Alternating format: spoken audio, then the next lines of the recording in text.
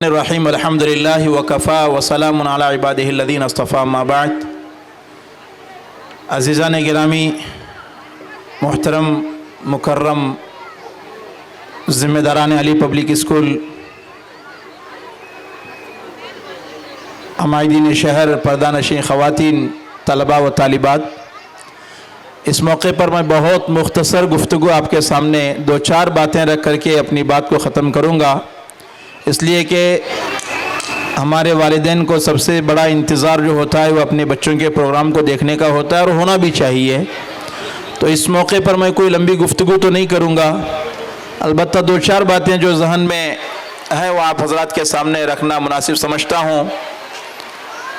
یوں تو تعلیمی ادارے، بہت سارے تعلیمی ادارے ہیں ماشاءاللہ، کافی سالوں سے تعلیم کے تعلق سے آپ سب جو ہے اپنے اپنے اسکولوں کے اعتبار سے پروگراموں میں شامل ہوئے ہوں گے، لیکن اس پروگرام میں شامل ہونے کا اور دیگر پروگراموں میں جانے کا کیا فرق ہے؟ آپ نے اس پروگرام کے چھوٹی سے بھی پہلی جو ہے پروگرام کی یہ کڑی ہے ہمارے اسکول کے، تو اسی جھلک کے اندر آپ نے محسوس کیا ہوگا کہ ایسے تعلیمی اداروں کی کیوں ضرورت ہے، علی پبلک اسکول اسلامک اداروں کی ضرورت کیوں ہے، آپ نے اس ضرورت کو محسوس کیا ہوگا۔ مجھے اس مختصر وقت میں آپ حضرات سے دو باتیں عرض کرنی ہیں، جو اہم بات ہے وہ دو باتیں عرض کرنی ہے۔ سب سے پہلی بات تو یہ ہے کہ ہم اپنے بچوں کے تعلق سے تعلیم کے بارے میں تو فکر مند ہیں، لیکن کس تعلیم کے ادارے میں اپنے لخت جگر کو، فرزند ارجمند کو کن کے تابع کریں؟ جیسے ہی بچہ بچی 4 سال 5 سال کے ہو گئے، سب کو فکر پڑتا ہے کہ بچے کو داخلہ دلوانا ہے، تو داخلہ دلوانا ہے تو کہاں دلوانا ہے، ایک بہت بڑا سوال ہے، ایک بہت بڑا چیلنج ہے۔ تو ہم اپنے بچے کو جن کے تابع کر رہے ہیں، گویا کہ ہم نے ان پر بھروسہ کیا ہے کہ ہم ان کے افکار سے، نظریات سے، عقائد سے، کلچر سے، ان کے تمام چیزوں سے ہم متفق ہیں، اسی لیے ہم اپنے بچے کو ان کے تابع کر رہے ہیں۔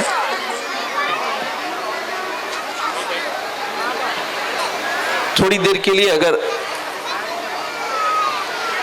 بہت مختصر مجھے عرض کرنا ہے۔ سب سے پہلی بات تو یہ ہے کہ اپنے بچوں کو، ہم اپنے بچوں کے بارے میں فکر مند ہیں کہ کہاں پڑھانا ہے، تو جس تعلیمی ادارے میں آپ لے کر کے جا رہے ہیں، آپ اپنے اعتبار سے یہ کہہ رہے ہیں کہ مجھے ان کے تعلیم سے، ان کے کلچر سے، ان کی فکروں سے میں متفق ہوں، اس لیے اپنے بچے کو یہاں پر داخل کرا رہا ہوں۔ تو لہٰذا ہم میں سے ہر ایک کے لیے ایک بڑا سوال ہے کہ ہم اپنے بچوں کو کہاں داخل کرائیں، کس تعلیمی ادارے میں داخل کرائیں جہاں سے ہمارے اپنے بچوں کی تعلیم کے ساتھ ساتھ اچھی تربیت ہو، اخلاقیات سکھائے جاتے ہوں، ایمانیات کی فکر ہو، ہر اعتبار سے فکر ہوتی ہو۔ ایسے تعلیمی ادارے کہاں ہیں، ڈھونڈنے کی ضرورت ہے۔ صرف تعلیم نہیں ہے، اللہ سے کرے دور تو تعلیم بھی فتنہ ہے۔ علامہ اقبال نے فرمایا اللہ سے کرے دور تو تعلیم بھی فتنہ ہے۔ تو ہمیں یہ دیکھنا ہے کہ میرے بچے کو تعلیم کے ساتھ ساتھ تربیت، اس کے ایمان کی فکر، اس کے عقائد کی فکر کہاں ہوتی ہے۔ ہمیں ایسے اسکولوں کو، ایسے اداروں کو تلاش کرنے کی ضرورت ہے۔ اگر جہاں کہیں مقدر سے مل جائے تو اس کی قدر کرنے کی ضرورت ہے۔ الحمدللہ ہمارے یہاں کے ذمہ داران مدارس نے، مدرسے نے، اور یہاں کے نوجوانوں نے، یہاں کے ساتھیوں نے یہ عزم کیا کہ ہمارے اپنے شہر ہنگن کے اندر بھی ایک ایسا ادارہ ہم قائم کریں گے جہاں پر ہمارے بچے ایک اچھی تعلیم تربیت کے ساتھ ساتھ ان کے ایمانیات کی، عقائد کی فکر ہوتی ہو۔ ایسا ایک ادارہ قائم کرنے کی انہوں نے جو ہے عزم کیا، ارادہ کیا۔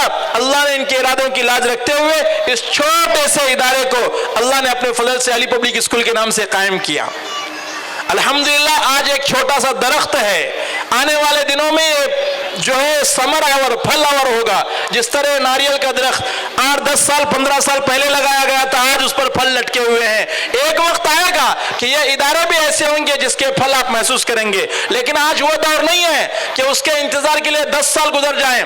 آج کسی بھی چیز کے لیے 3 باتیں ضروری ہیں، کسی ادارے کی ترقی کے لیے 3 باتیں ضروری ہیں۔ ایک تو کام ہو، فاسٹ ہو، رزلٹ ہو۔ کام ہو، فاسٹ ہو، رزلٹ ہو. اب جو ہے پھل کھانے کے لیے 10-15 سال انتظار کرنے کا کسی کے پاس وقت نہیں ہے. اب صرف 3 سال میں رزلٹ دیکھنا چاہتے ہیں. ماشاءاللہ ابھی درخت بھی ایسے ہیں کہ وہ 3 ہی سال میں پھل دینا بھی شروع کر دیتے ہیں. تو اب ماشاءاللہ آپ کے جو بچے آج یہاں پر داخل ہوئے ہیں، آپ ان کے اندر 1 سال میں، 2 سال میں، 3 سال میں ان کے اندر نمایاں تبدیلی ہوتے ہوئے آپ دیکھیں گے. اور بچوں میں ان بچوں میں اور اسکول میں جانے والے اور ان بچوں میں ایک واضح فرق، ایک نمایاں فرق آپ ان بچوں کے اندر محسوس کریں گے. تو سب سے پہلی بات تو یہ ہے کہ ایسے تعلیمی اداروں کو ڈھونڈنے کی ضرورت ہے. اس کے لیے ایک لمبا دور دراز کا سفر کرنا پڑے تو بھی جانے کی ضرورت ہے. اور اگر مقدر سے یہی میسر ہو جائے تو اس کی قدر کرنے کی ضرورت ہے. کریں گے انشاءاللہ. تو سب سے پہلی بات تو یہ ہے کہ ایسے تعلیمی اداروں کی قدر کریں. آپ بڑے خوش نصیب ہیں ماشاءاللہ جن کو ایسے ادارے مل گئے اور مل رہے ہیں. نوجوان جو ہے نیتیں کر رہے ہیں کہ کچھ کرنا ہے، کام کچھ کرنا ہے. کچھ ساتھی، کچھ ایک طبقہ، ایک تنظیم، ایک ارادہ کر لیے ہیں. جب ارادہ کرتے ہیں تو ہر کام آسان ہو جاتا ہے.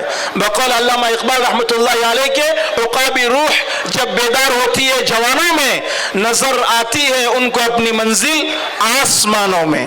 تو ماشاءاللہ یہاں کے شہر والوں نے یہ طے کیا ہے کہ کچھ کام کرنا ہے تو اس ادارے کو ہم آگے بڑھائیں گے اور اس کا تعاون کریں گے. دوسری بات جو میں آپ کے سامنے عرض کرنا ہے، مجھے تعاون کرنا ہے، اس ادارے کا ساتھ دینا ہے. تعاون کرنے میں کیا ہے؟ تعاون کرنے میں سب سے بڑی بات یہ ہے کہ اپنے بچوں کو داخل کرنا ہی سب سے بڑا تعاون ہے. کہ ہم اپنے بچے کو، میرے بچے کو، میرے رشتہ داروں کے بچوں کو ایسے اداروں کی طرف متوجہ کریں، یہ سب سے بڑا تعاون ہے. اپنے بچوں کو اسکول میں لا کر کے داخلہ کرانا سب سے بڑا تعاون ہے. ایک بات اور ذہن میں آ گئی، شاید یہاں پر اس کا تذکرہ مناسب ہے یا نہیں ہے مجھے معلوم نہیں ہے، لیکن عرض کر دینا مناسب سمجھتا ہوں. عام طور پر میں علی پبلک اسکول سے جڑا ہوا ہوں، پچھلے 10 سالوں سے، 10-11 سالوں سے جڑا ہوا ہوں. تو ہمارے سامنے، چونکہ میں مدرسے سے بھی جڑا ہوا ہوں، تو ہمارے سامنے بات آتی ہے کہ آپ انگلش میڈیم اسکول کھولے ہیں. ہمارے ہاں گورنمنٹ اسکول اردو میڈیم کے ہیں. بہت اچھی بات ہے، بہت سٹیک بات ہے، لیکن آپ اس پر غور کیجئے. یہ اعلانات مسجدوں میں پچھلے 20 سال سے سن رہا ہوں، 25 سال سے سن رہا ہوں کہ آپ اپنے بچوں کو گورنمنٹ اسکولوں میں داخل کریں. تو کیا قوم کا ایک بڑا طبقہ، قوم کا ایک 99% طبقہ اپنے بچوں کو گورنمنٹ اسکولوں کے تابع کر رہا ہے؟ اگر نہیں کر رہا ہے تو آپ ان اسکولوں کو کیوں نہیں دیکھتے کہ ہمارے بچے ایسے لوگوں کے تابع کر رہے ہیں جن کے ایمانیت پر ڈاکہ ڈالا جا رہا ہے؟ آپ وہاں پر آپ کا کوئی اشکال نہیں ہے. یہاں تو 3rd لینگویج اردو ہے.